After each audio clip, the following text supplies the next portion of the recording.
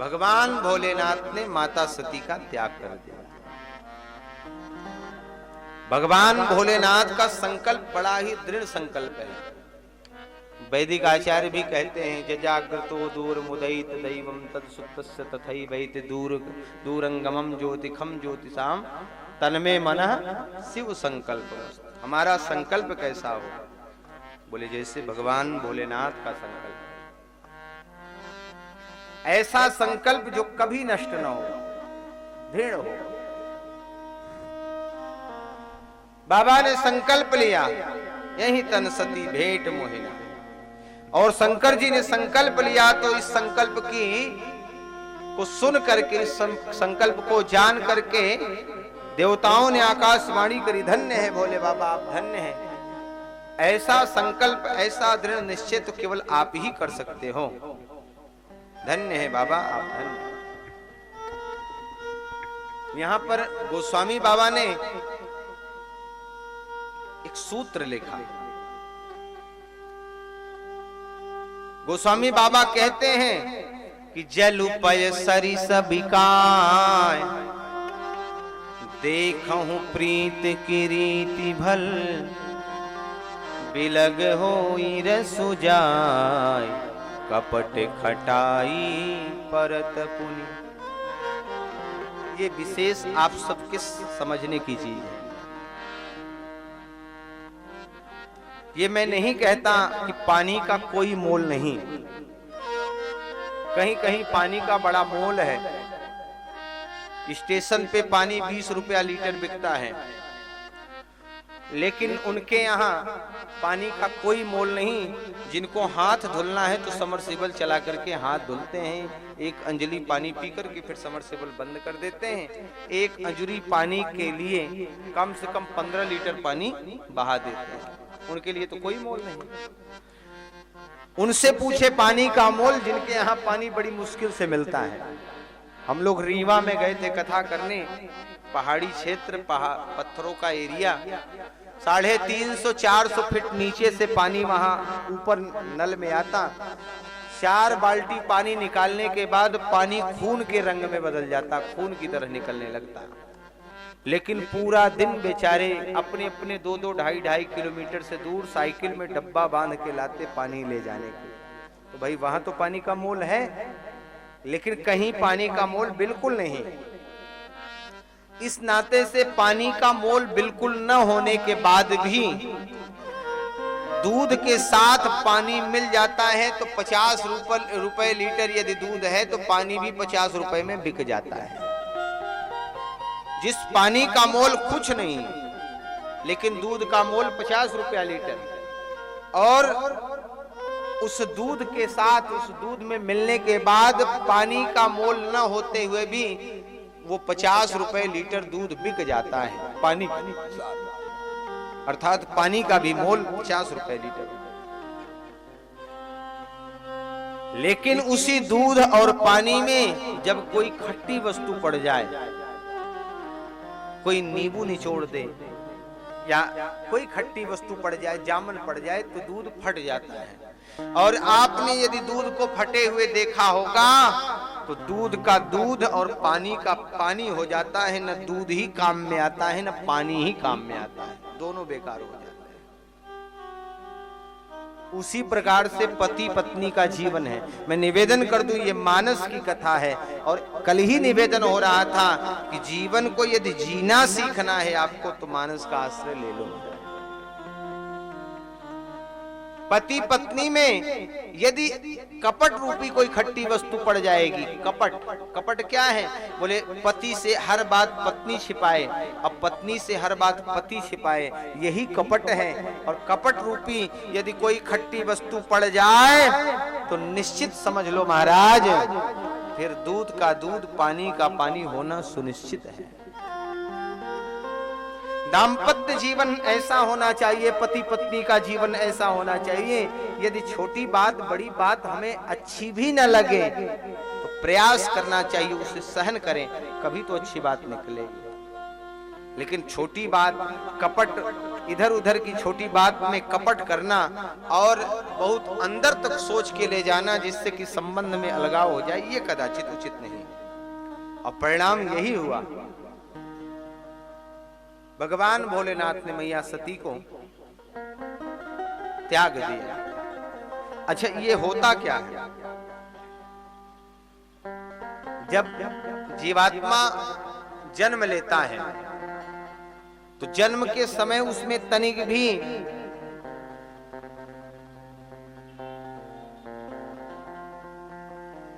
उस जीवात्मा के अंदर तनिक भी ऐसी स्थिति नहीं रहती कि वो किसी के साथ गलत व्यवहार करे, किसी के साथ छल करे। लेकिन जैसे जैसे जीवात्मा इस संसार में उलझता जाता है, उसे ये माया इस संसार में ऐसा फंसाती है, ऐसा उलझाती है कि फिर वो इसी में उलझ करके, इसी के बेतंटावाद में फंस करके वही करता है जो माया उससे करवाए। जन्म के समय तो जीवात्मा का मन बहुत ही पवित्र और निर्मल होता है, लेकिन जैसे जैसे ही वो संसार में फंसता जाता है, जैसे जैसे वो संसारी बनता जाता है, उसमें संसार के सारे दुर्गुण, छल, दंभ आदि अपने आप आने लगते हैं। हाँ, भैया ने दे दिया। मैं कब बना संसारी, मुझे होश ना था। मैं कब बना संसारी, मुझे होश ना था। मेरा निर्मल निर्मल मन था, कोई दोष ना था। मेरा निर्मल निर्मल मन था, कोई दोष ना था। मैं कब बना, मैं कब बना संसारी, मुझे होश ना था। ओ मेरा निर्मल निर्मल मन, गाइए, कोई दोष ना था। ओ मेरा निर्मल निर्मल मन था, कोई दोष ना था। मेरा निर्मल निर्मल मन था, कोई दोष ना था। मेरा निर्मल निर्मल मन था, कोई दोष ना था। ओ मेरा निर्मल निर्मल मन था, कोई दोष ना था। हरि बोल, दोनों हाथ उठा के सेवा दे।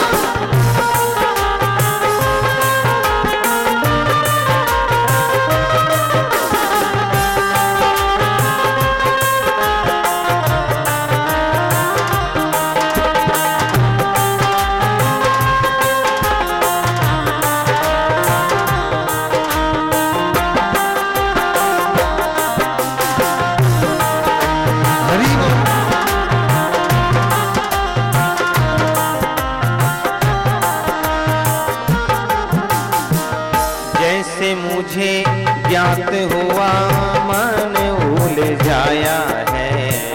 जैसे मुझे ज्ञान हुआ मन उलझाया। माया ने कैसा कैसा रंग दिखाया है। माया ने कैसा कैसा रंग दिखाया।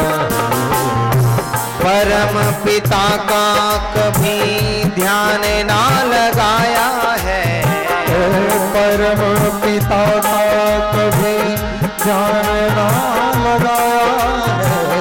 माया ने लुभाया मन, नाम नहीं गाया है।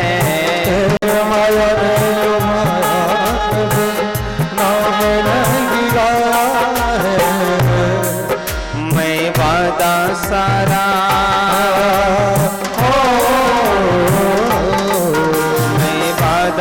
सारा भूला, मेरा दोस्त ना था। मैं वादा सारा भूला, मुझे दोष ना था। मेरा निर्मल निर्मल मन था,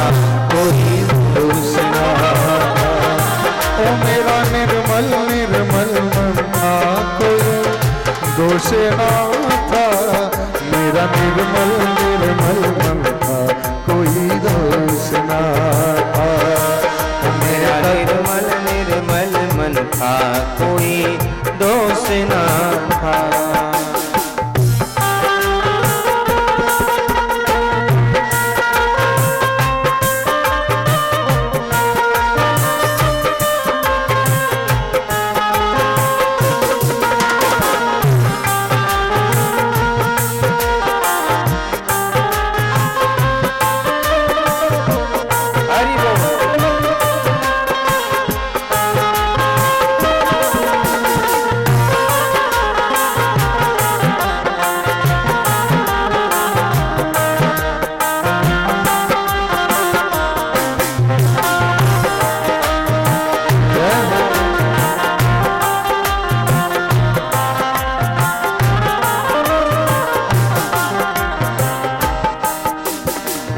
ज्ञात नहीं था गर्भों में आने का, ज्ञात नहीं था गर्भों में आने का।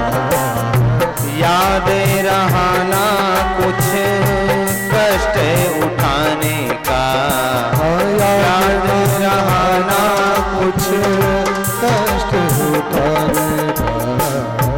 कितना आभारी था मैं ये तन पाने का, कितना आभारी था मैं ये तन पाने का। मौका मिला ना कुछ एहसान मनाने का, मौका मिला ना एहसान मनाने का। मैं पा लिया, मैं पा लिया चदरिया, मुझे होश ना था। मैं पा लिया चदरिया, मुझे होश ना था। मेरा निर्मल निर्मल मन था, कोई दोष ना था। ओ मेरा निर्मल निर्मल मन था, कोई दोष ना था। ओ मेरा निर्मल निर्मल मन था, कोई दोष ना था। मेरा निर्मल निर्मल मन था, कोई दोष ना था। मेरा निर्मल निर्मल मन था, कोई दोष ना था। ओ मेरा निर्मल निर्मल मन था, कोई दोष ना था। मेरा निर्मल निर्मल मन था, कोई दोष ना था। किसी को नहीं छोड़ती है।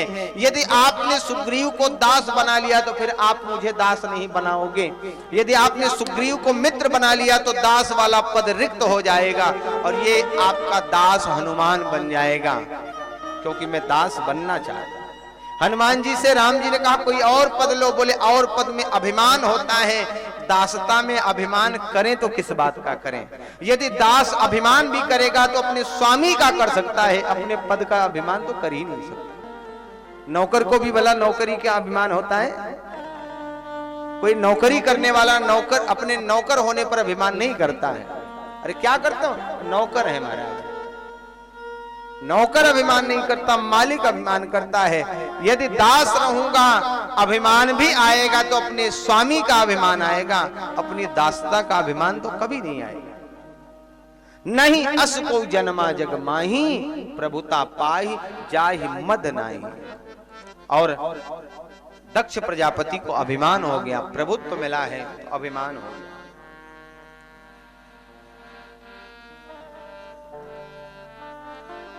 दक्ष प्रजापति ने यज्ञ का आयोजन किया और उस यज्ञ में सभी देवी देवता ऋषि मुनि महात्मा अमलात्मा विमलात्मा यति योगियों को बुलाया। 3 देवता छोड़ करके, विष्णु बिरंच महेश बिहाई, ये 3 देवता छोड़ के सबको बुलाया।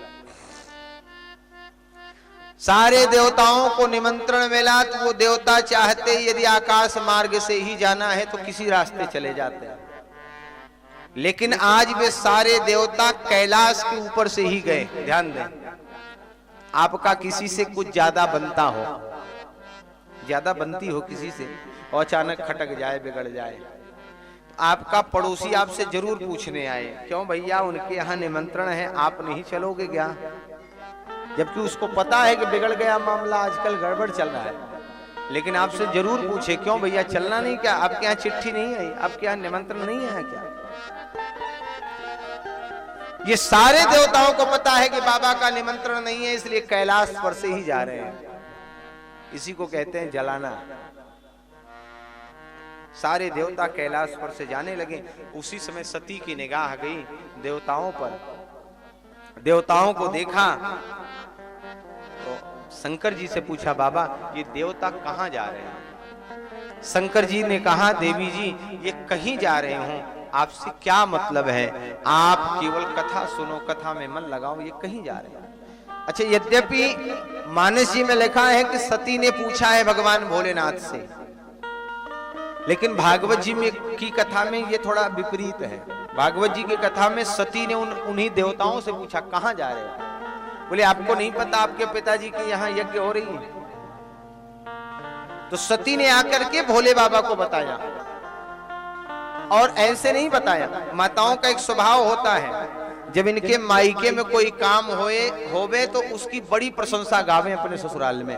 पता है मेरे पिताजी ने बोलेरो गाड़ी खरीदी, पिताजी ने ये मकान लिया, पिताजी ने जमीन लिखाई, खूब प्रशंसा अपने मायके की।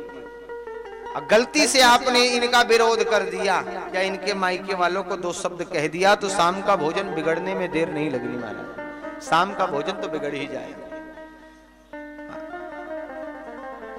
ये सत्य बात है। मैया ने कहा, ध्यान दें, वो हमेशा कहती थी, मैया सती हमेशा कहती मेरे पिताजी ने ये किया, मेरे पिताजी ने वो किया, मेरे पिताजी ने। लेकिन आज जब मैया सती गई है भोले बाबा के पास तो ये नहीं कहा कि मेरे पिताजी ने ये किया, बल्कि ये कहने लगी कि आपके ससुर जी यज्ञ कर रहे हैं, आपके ससुर जी यज्ञ कर रहे हैं, और उस यज्ञ में क्या आप हमें लेकर के नहीं चलेंगे क्या? आप उस यज्ञ में हमें लेकर के चलिए, हम चलना चाहते हैं।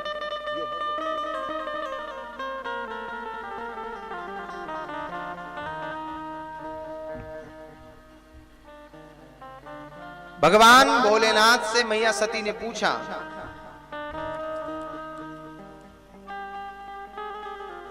मैया सती ने कहा, बाबा ये देवता कहां जा रहे हैं?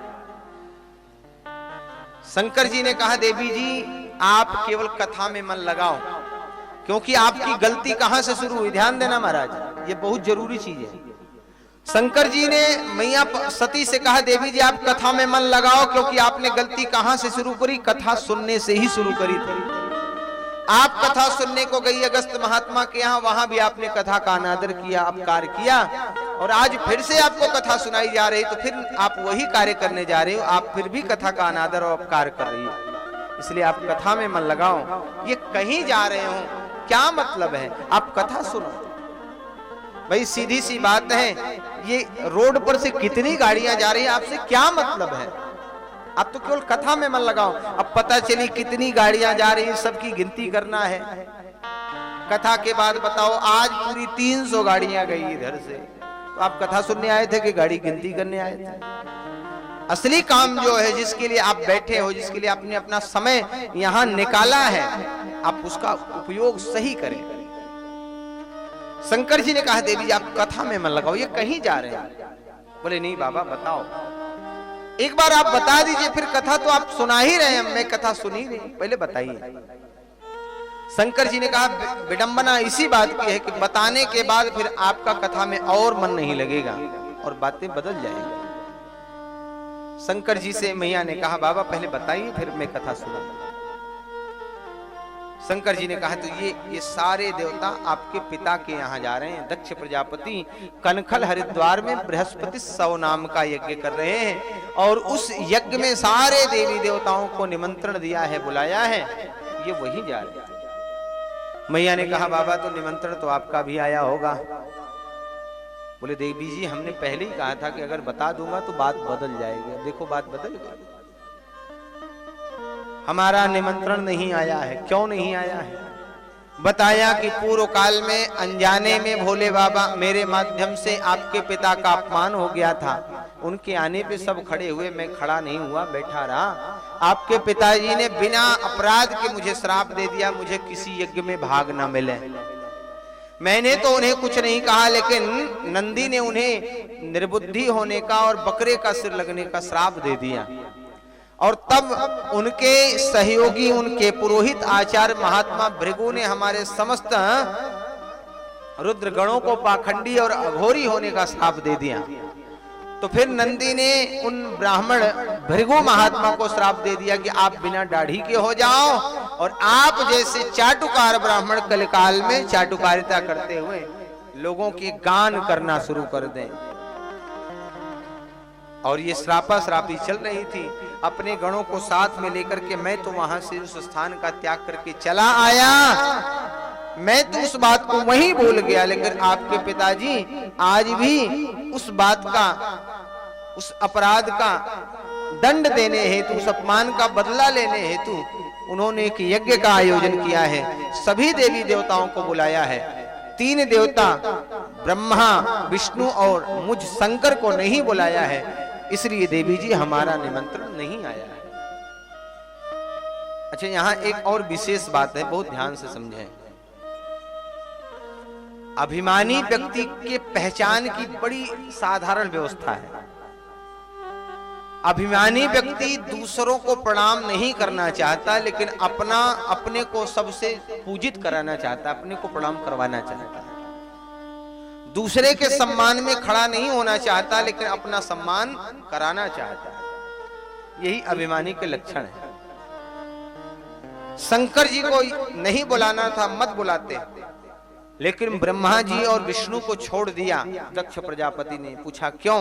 बोले इसलिए कि ब्रह्मा है दक्ष के पिता। यदि ब्रह्मा जी को बुलाते तो पिता के सामने उनके स्वागत के लिए खड़ा होना पड़ता, दक्ष को पिता के सम्मान में खड़ा होना पड़ता, उनको सिंहासन देना पड़ता। और अभिमानी व्यक्ति अपने सम्मान में लोगों को खड़ा करना उचित समझता है, दूसरे के सम्मान में खड़ा होना उचित नहीं समझता। भगवान श्री हरि विष्णु को इसलिए नहीं बुलाया कि त्रैलोकपति हैं, यदि इन्हें बुलाऊंगा तो इनके सम्मान में खड़ा होना पड़ेगा, सिंहासन छोड़ना पड़ेगा, और इसीलिए नहीं बुलाया।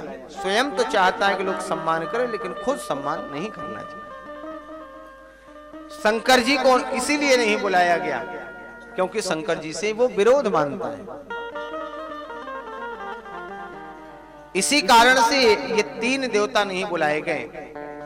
भगवान शंकर ने कहा देवी जी निमंत्रण नहीं आया है और बिना निमंत्रण के जाना उचित नहीं है। सती ने कहा बाबा शास्त्र कहते हैं कि 4 जगह बिना बुलाए जाना चाहिए। कहां कहां? बोले यद्यपि मित्र प्रभु पितु गुरु गेहा, यद्यपि मित्र प्रभु पितु गुरु गेहा, यद्यपि मित्र प्रभु पितु गुरु गेहा, यद्यपि मित्र प्रभु पितु गुरु गेहा, जाई अबिनु वो लेहु न सनेहा, जाई अबिनु वो न सनेहा, तदपि विरोध मान जह कोई, तदपि विरोध मान जह कोई, तदपि विरोध मान जह कोई, तदपि विरोध मान जह कोई, ताहाँ गए कल्याण न होई, ताहाँ गए कल्याण न होई। 4 स्थान कहां कहां? बोले यद्यपि मित्र पितु प्रभु पितु गुरु की। मित्र के घर बिना बुलाए जाना चाहिए। कोई अवसर हो, विवाह शादी यज्ञ अनुष्ठान कोई उत्सव हो, भले ही मित्र ने चिट्ठी निमंत्रण कार्ड न भेजा हो, बुलावा न भेजा हो, फोन न किया हो, आवाहन न किया हो, यदि सूचना मिले, जानकारी मिले तो मित्र के यहाँ बिना बुलाए जाना चाहिए। कोई दोष नहीं, कोई पाप।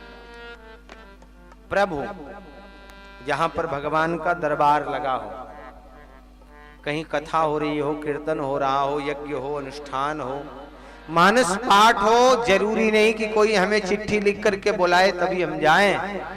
यदि सूचना मिले, जानकारी मिले तो बिना बुलाए भी जाना चाहिए। कोई दोष नहीं, कोई पाप नहीं, कोई अपराध नहीं। और यदि न जा सके तो उस दिशा में मुंह करके, हाथ जोड़ करके क्षमा मांगे और प्रणाम कर लेना चाहिए।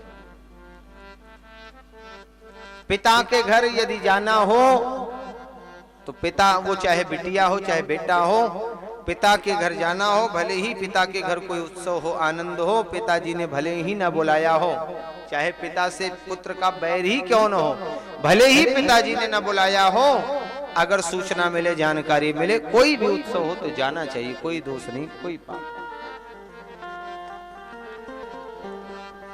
गुरु के घर जिनसे आपने कान फुकवाया है, सच्चे सदगुरु जो, ऐसे सदगुरु के यहाँ जब भी कोई उत्सव पड़े, कोई आनंद उत्सव आए, विवाह शादी का अवसर पड़े, तो गुरु के यहाँ भी बिना बुलाए जाना चाहिए। गुरु जी बुलाएं अथवा न बुलाएं, हमें जाना ही चाहिए।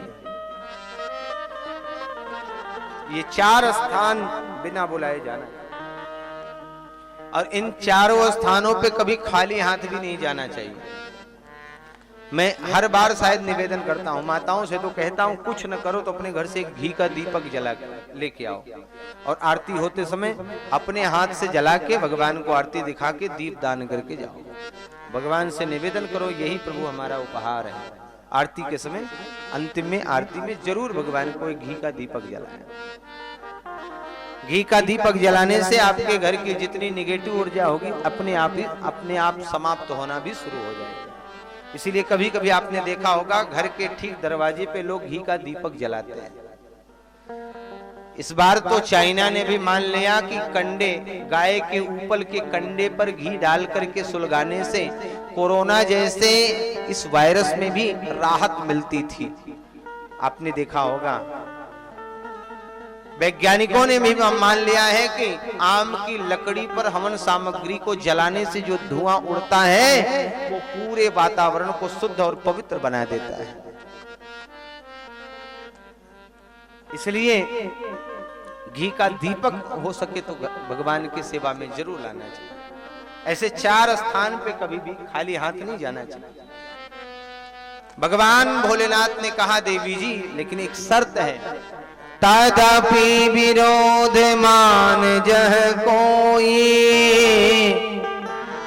तहां गए कल्याण न होई। ऐसे इन 4 स्थानों पर यदि कोई भी अपना विरोध मानने वाला बैठा हो तो नहीं जाना चाहिए। यदि उसने अपमान ही कर दिया बाद में, चाहे जितना बनाओ, फिर सम्मान बनने वाला नहीं। इसलिए इन 4 स्थानों पे बिना बुलाए जाना चाहिए। लेकिन यदि कोई विरोधी बैठा हो तो नहीं जाना चाहिए। भगवान शंकर ने बहुत समझाया, लेकिन मैया सती मानने को तैयार नहीं। बाबा, जब से विवाह हुआ है आज तक न बहनों से मिली, न बहनोइयों से मिली, न माँ से मिली, न पिता से मिली, बहुत दिनों, जाने दीजिए। शंकर जी ने बहुत समझाया, देवी जी ये उचित समय नहीं है। माँ ने कहा प्रभु आप जाने दो, मैं पिताजी को फटकारूंगी, आप निवेदन करूंगी आपको आदर सहित लेवा जाए और आपसे क्षमा मांगे। शंकर जी ने कहा ठीक है, लेकिन ये उचित समय नहीं है, बाद में चली जानी। लेकिन मैया सती मानने को तैयार नहीं और अंततः आज घर से बाहर चली गई। स्त्री जब अपनी मर्यादा का त्याग करती है महाराज, तो निश्चित ही विनाश को सुनिश्चित करती है। वो कोई भी हो, स्त्री ही केवल नहीं। यदि हम अपनी मर्यादा का त्याग करेंगे, अपनी मर्यादा में नहीं रहेंगे, तो विनाश सुनिश्चित है। उस सब के लिए एक सीमा बनाई गई है। जैसे नदी होती है तो नदी की भी एक सीमा बनी, एक धारा बनी है, लेकिन जब नदी अपनी सीमा से बाहर निकलती है तो भयंकर नरसंहार करती है। समुद्र जब अपनी सीमा को लांघ करके बाहर निकलता है, उफनता है, तो सुनामी आती है, भयंकर नरसंहार होता है। पुरुष जब अपनी मर्यादा को भूल जाता है, अपने पूरे परिवार का पतन ही कराता है। और स्त्री ही क्यों न हो, यदि उसकी मर्यादा बनी हुई है, यदि अपनी मर्यादा का उल्लंघन करे तो निश्चित ही उसका विनाश सुनिश्चित है, तय है। वो चाहे सुपनखा ही हो और चाहे स्वयं माता सीता ही हो, चाहे माता सती ही हो। यदि माता सीता के लिए एक सीमा रेखा बनाई जाती है लक्ष्मण के द्वारा, अगर उस सीमा रेखा में बनी रहे तो किसी रावण की मजाल नहीं कि छू करके दिखाए। लेकिन जब घर की स्त्रियां अपनी सीमा रेखा को पार करती हैं, तभी कोई रावण में छूने का अधिकारी बनता है, तभी कोई रावण छू सकता है, अन्यथा नहीं छू सकता। सुपनखा ने अपनी मर्यादा भंग की महाराज, तो पूरे रावण के वंश का विनाश करा दिया। सबकी अपनी मर्यादा। आज सती भगवान भोलेनाथ के लाख मना करने पर घर से बाहर निकल गई। देखा कि ये मानने वाली नहीं, 2 रुद्रगण भेज दिए, जाओ इन्हें यज्ञ दर्शन कराना, लेके चले आए। महारानी मैया सती यज्ञ मंडप में गई हैं। दक्ष प्रजापति ने सबको आश्वासन दिया है, सबको आदेश दिया है, शंकर अभिमानी है, नहीं आएगा, लेकिन सती जरूर आएगा। और जो भी सती का सम्मान करेगा वो दंड का अधिकारी बनेगा। इसलिए कोई भी सती का सम्मान नहीं करे।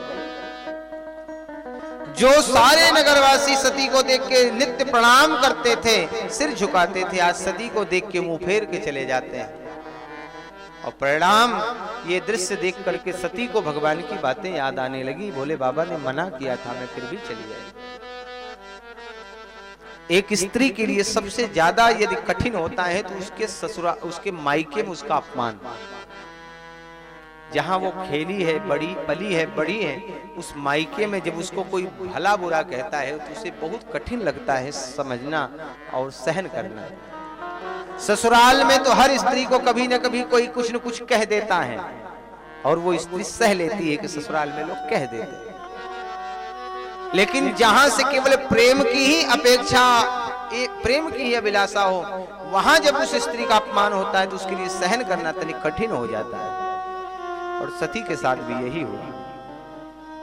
बहनें मिली और बहनों ने कहा, अरे बहना, अरे हमने तो सुना था कि पिताजी ने तेरे यहाँ निमंत्रण ही नहीं भेजा था, फिर भी तू कितनी निर्लज्ज है कि बिना निमंत्रण के ही चली आई। और अपने आई तो आई, साथ में 2 रुद्रगण भी लेके आई। तू कितनी निर्लज्ज है, बिना निमंत्रण के चली आई। अच्छा ये बता, वो तेरे भोले बाबा कहाँ हैं जिनके पास, 1 मिनट बस, जिनके पास पहनने के कपड़े नहीं तो दिगंबर ब्याली बने रहते हैं, जिनके पास श्रृंगारिक वस्तुएं नहीं तो भस्म की राखी लगा देते, ऐसे भोले बाबा कहाँ हैं? और ये सुन करके सती को बड़ा कष्ट हुआ। महारानी मैया सती बिलख पड़ी।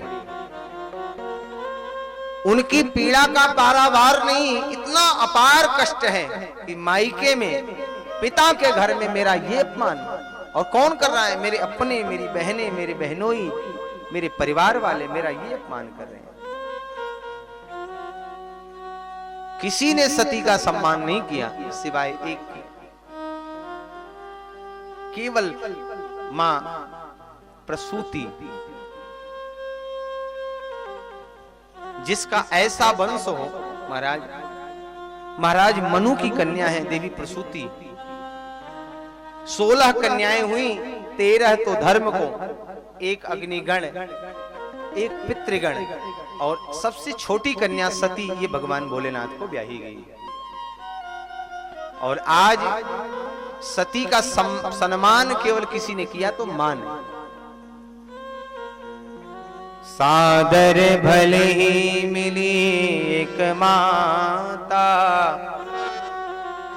भगिनी मिली बहुत मुस्काता।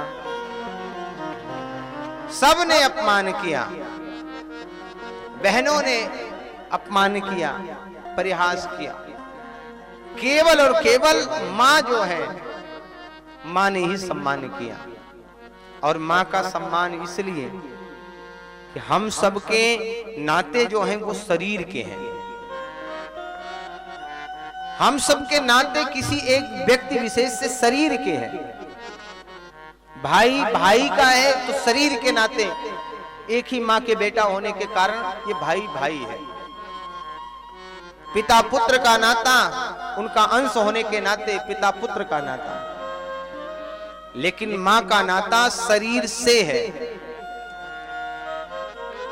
उसी शरीर से एक मांस का एक पिंड जो निकल करके इतना बड़ा हो गया।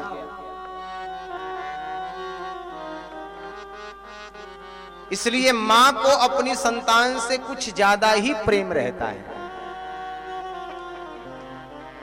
शायद पिता की अपेक्षा मां का प्रेम कई गुना ज्यादा संतान से होता है।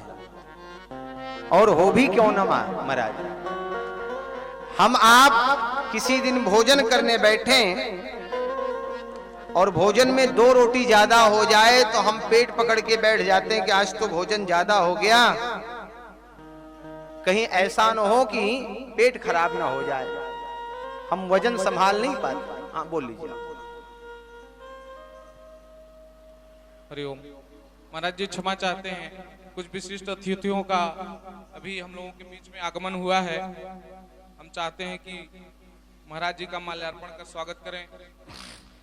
हिंदू हृदय सम्राट, बजरंग दल के विभाग संयोजक श्रीमान बड़े भैया हम लोगों के परम प्रिय राजीव कुमार जी मंच पे जाएं, महाराज जी का माल्यार्पण कर स्वागत करें।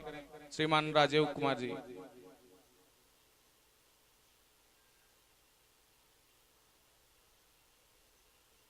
भारतीय जनता पार्टी के जिला मंत्री श्रीमान कैलाश जी, आपसे भी आग्रह है कि महाराज जी का माल्यार्पण कर स्वागत करें। भारतीय जनता पार्टी के घोरावल मंडल के मंडल अध्यक्ष, यशस्वी मंडल अध्यक्ष अरुण कुमार पांडे गुरुजी, आपसे भी आग्रह है कि महाराज जी का माल्यार्पण कर स्वागत करें।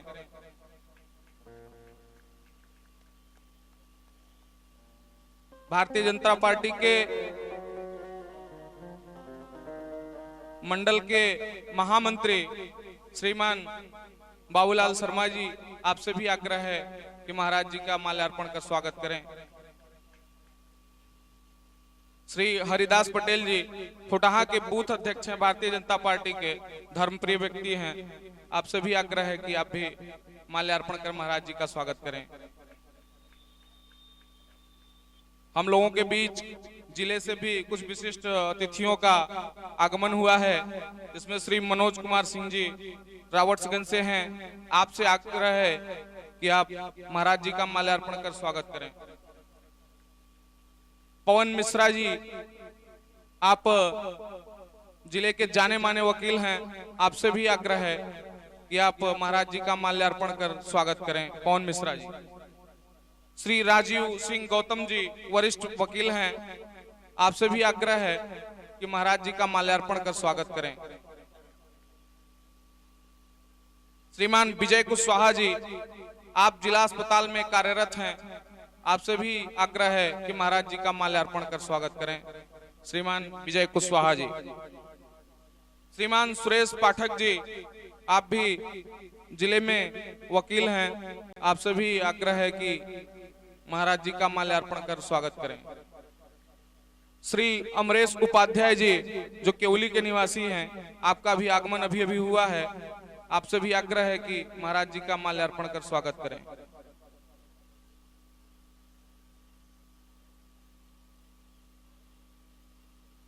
धन्यवाद महाराज जी। सीताराम। बोलिए यज्ञ नारायण भगवान की जय हो।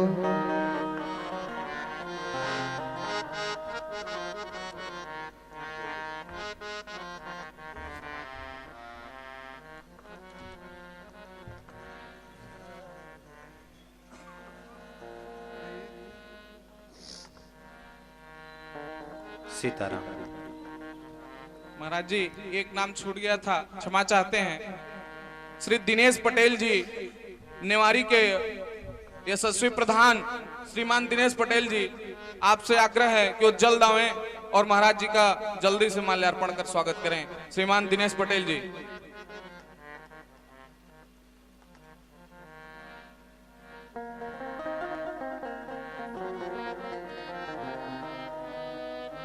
साथ में बर्दिया के प्रधान जी हैं शिव कुमार जी, आपसे भी आग्रह है कि महाराज जी का माल्यार्पण कर स्वागत करें। बर्दिया के प्रधान जी शिव कुमार।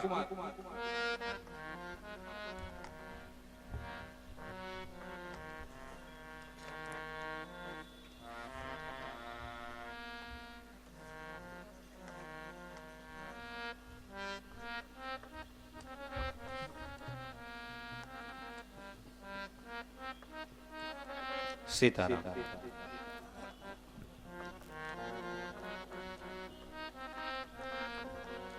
कर सकता है, हो सकता है 2-4 दिन रख सकता है। हाथों में बोझ लेके चलना ये कठिन है, लेकिन हो सकता है कोई व्यक्ति इसे कुछ समय तक संभाल सकता। में बोझा ढोई ऐसन दुनिया में के होई, लेके पेट में बोझा ढोई, थक के तनिको ना घबराई, दुखवा हंस के सब सही जाई, थक के तनिको ना घबराई, दुखवा हंस के सब सही जाई, जग में इनसे बड़ी हन कवनो सेवकाई ना मिली, जग में इनसे बड़ी हन कवनो सेवकाई ना मिली, सब कुछ मिल जाई पर दुनिया में माई ना मिली, सब कुछ मिल जाई पर दुनिया में माई ना मिली। कोखिया में खून पियवनी, लेके भेटा जात चलवनी। पहले की माताएं, यहाँ बहुत सारी बुजुर्ग माताएं बैठी होंगी, जब ये गर्भवती होती अंतिम समय तक, लास्ट के 9वें महीने तक, हमने तो कभी कभी किसी माता जी से सुना है कि सुबह सुबह उठ करके हमने गेहूं पीस लिया जांत में, ऊखल से चावल घर के लिए निकाल लिया, उसके बाद दोपहर में हमारा बेटा हो गया। अंतिम क्षण तक काम करती रही, अंतिम क्षण तक मेहनत करते करते उन्होंने अपने बच्चों को पैदा किया, और उनके बच्चे आज भी यशस्वी हैं, कोई अधिकारी हैं, क्योंकि मेहनत कश परिवार, मेहनत कश माता पिता के बच्चे मेहनती ही होंगे। ये अलग बात है कि आज की माताएं गर्भवती हुई तो दूसरे महीने ही बेड पे पड़ गईं और कह दिया कि हमको डॉक्टर ने बेड रेस्ट कह दिया। तो बेड रेस्ट करती कैसे हैं? आप लोग भी देख रहे होंगे, टीवी चला करके दुनिया के सीरियल हैं, दिया है, सलाई है,